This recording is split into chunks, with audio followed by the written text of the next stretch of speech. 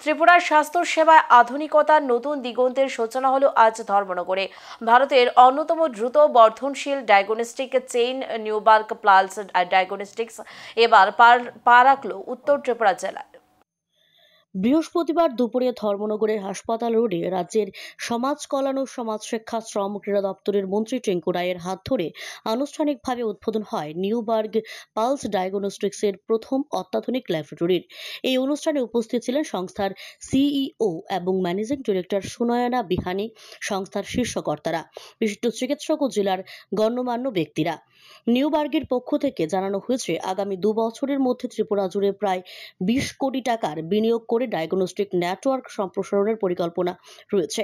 নতুন এই ল্যাবে রয়েছে সম্পূর্ণ স্বয়ংক্রিয় ডিজিটাল পরীক্ষা ব্যবস্থা, বায়োকেমিস্ট্রি, হেমাটোলজি, ইউমেনোলজি, মলিকিউলার ডায়াগনস্টিক সহ নানা অত্যাধুনিক পরিষেবা।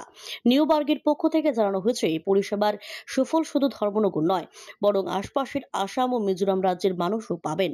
দ্রুত রিপোর্ট ডেলিভারি ও ডিজিটাল সেবার ফলে স্বাস্থ্যসেবা হবে আরও সহজ, কার্যকর ও সময়োপযোগী। এটা আজকের দিনে চিকিৎসা পদ্ধতির ব্যাকবোন, এটা ছাড়া চিকিৎসা পদ্ধতি চলবে না। এতে এটার উন্নয়ন করা, এটার পরিকাঠামোগতভাবে উন্নত হোক, এটা আমরাও চাই।